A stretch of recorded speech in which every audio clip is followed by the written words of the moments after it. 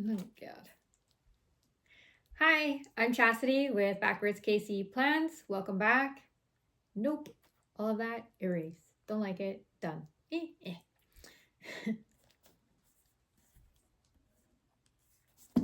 God.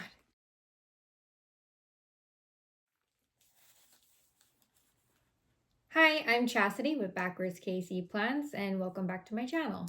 Why are you playing with scissors? Why? What are you doing? Hi,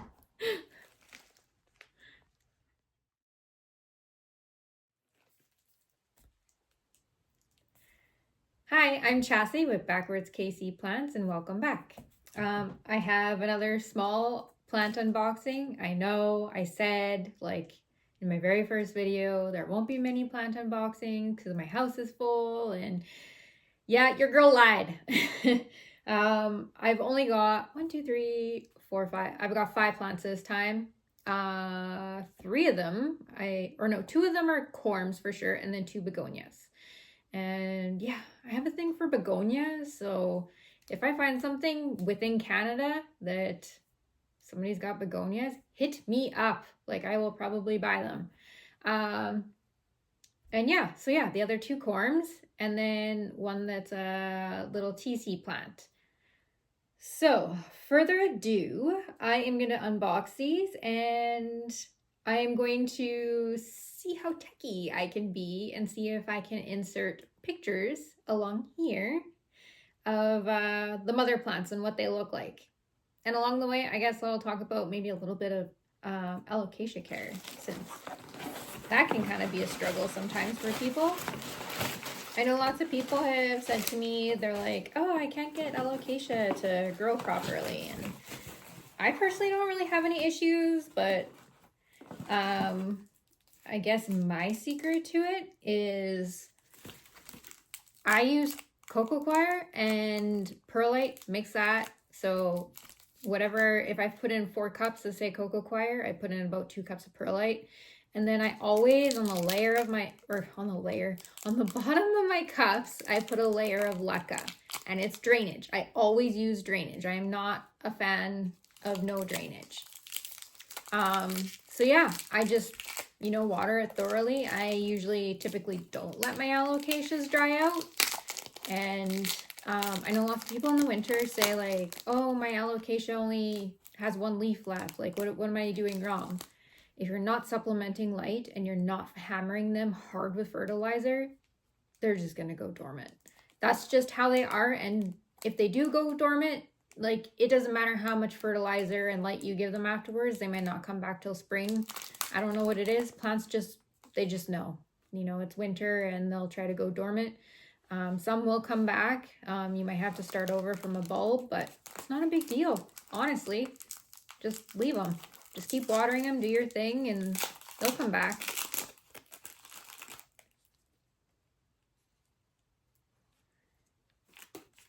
So, that there. See if it focuses. Wants to focus on my face. Alocasia venom, just a little baby corm.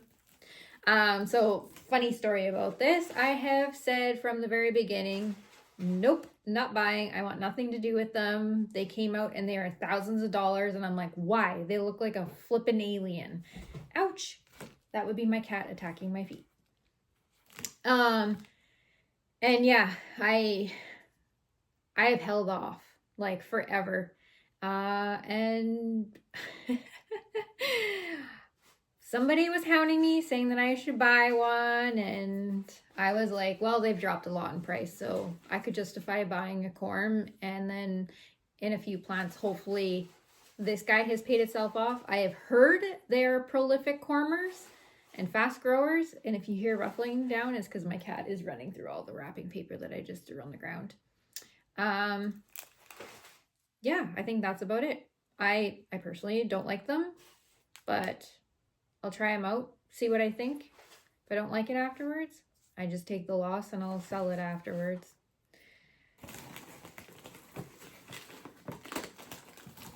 So that is plant number 1. I'm assuming this is going to be a begonia because it's in a bigger pot. So yeah, as you heard, I'm begonia obsessed. Love them. I've also mentioned too that my videos will be all kind of raw and unedited. I want you guys to see me stumble upon my words and... Oh no, this isn't. This is actually an Amazonica. So this is an Amazonica tricolor, and I was told that this is from TC. I know lots of people say like, oh, don't buy TC, they're terrible plants and they're weak links, and it's all crap. I have grown so many from TC, and TC is not hard at all. They come in like a package, or I've had most come in bags, and then they have the gel on the bottom. I pull them out and I throw them pretty much exactly like what is going on here in fluval and perlite. And so fluval is like, they use it in fish tanks and stuff like that. I really like it. That is like my go-to for corms, and I usually don't have any issues. And the biggest thing is super high humidity. And keep them in high humidity until they have like a massive root growth going on. And then I transfer everything over into the cocoa perlite with the leca on the bottom. And then I usually go from 100% humidity down to 75. And then usually from the 75%, I just go cold turkey to room conditions. There's a select few plants that I keep in high humidity. It depends, I guess, how much I like them, because I have my favorites, and everything grows better in high humidity. And when it's hot and has bright lights, like, it's no different than us. When are we the happiest? When it's summertime and it is beautiful out and we're sitting outside. Nobody wants to be cold and frozen. Okay, now I think we're on to the begonia. Yes. So, I'm excited about this one. I love begonia, and I love variegated begonia. So, this here is Cuculata variegated. Do you see that variegation? And they ever so kindly domed it. So like flawless, because remember how I said begonia, like they're terrible to ship? They're terrible. And I actually sent out a couple of boxes this week of begonia, and I had to make the boxes bigger, and I was like, trust me, it will be worth it in the end. You won't have to fuss with them. You can literally pull them out of the cups and they're gonna look picture perfect. And yes, I still like some of them. The one was the Muna, and that was the one that really worried me, because to me, like, you look at Muna the wrong way and it crumbles, it melts. And like I said, I've been hounding my Indonesian supplier. I'm like, please find me begonia. And he's like, I can't. He was like, they'll just melt. And he was like, and I'll be replacing them and refunding you. And I don't want that. And I was like, I'm still trying to convince him, even just one. Like, I'm willing to throw a little bit of money out on one and just see how it goes. But I have a feeling, because it's pretty much a solid week of them in transit by the time they even get into Canada and reach me. But I don't know. To me, send me a cheap begonia and I'll pay for it. And if it dies, I'll take the loss, because I'm the one that hounded you on it. But we'll see if I can get him to do that. I don't know if anybody else is excited, but spring is coming, which means imports are coming. And I did get an import in, did it arrive in March or February? Just a small one. And honestly, not good. It's too early. And I mean, they fly through on planes, they get into Canada, and I don't know what customs does with them. Like, if they sit off the plane for a while outside in the cold or what, but they were cold. But such is life, and as long as the stem is okay, and they were anthuriums, so anthuriums are pretty hardy, so they'll be fine.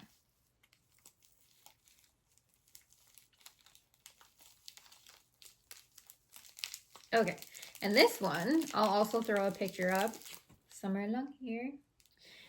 This one is called, I could be butchering this name, I think it's called Nairobi Nights and Elbow Variegated, I'm not sure. But again, she put it in Fluval.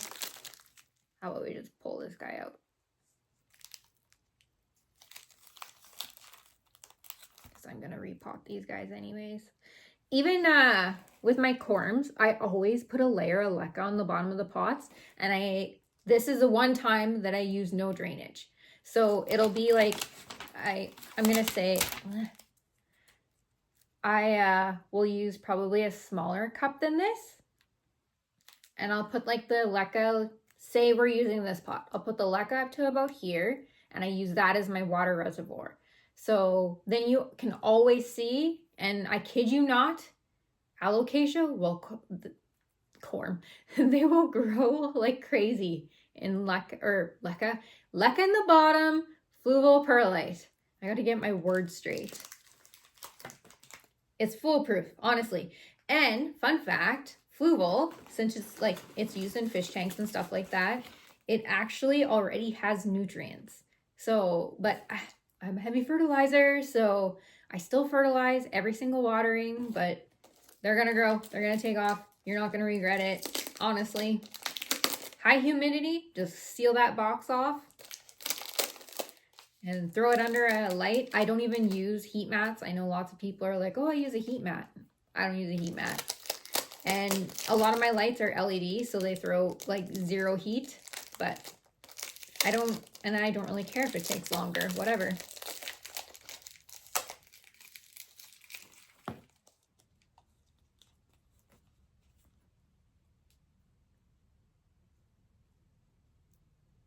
And this here is my last one, and it is another Begonia.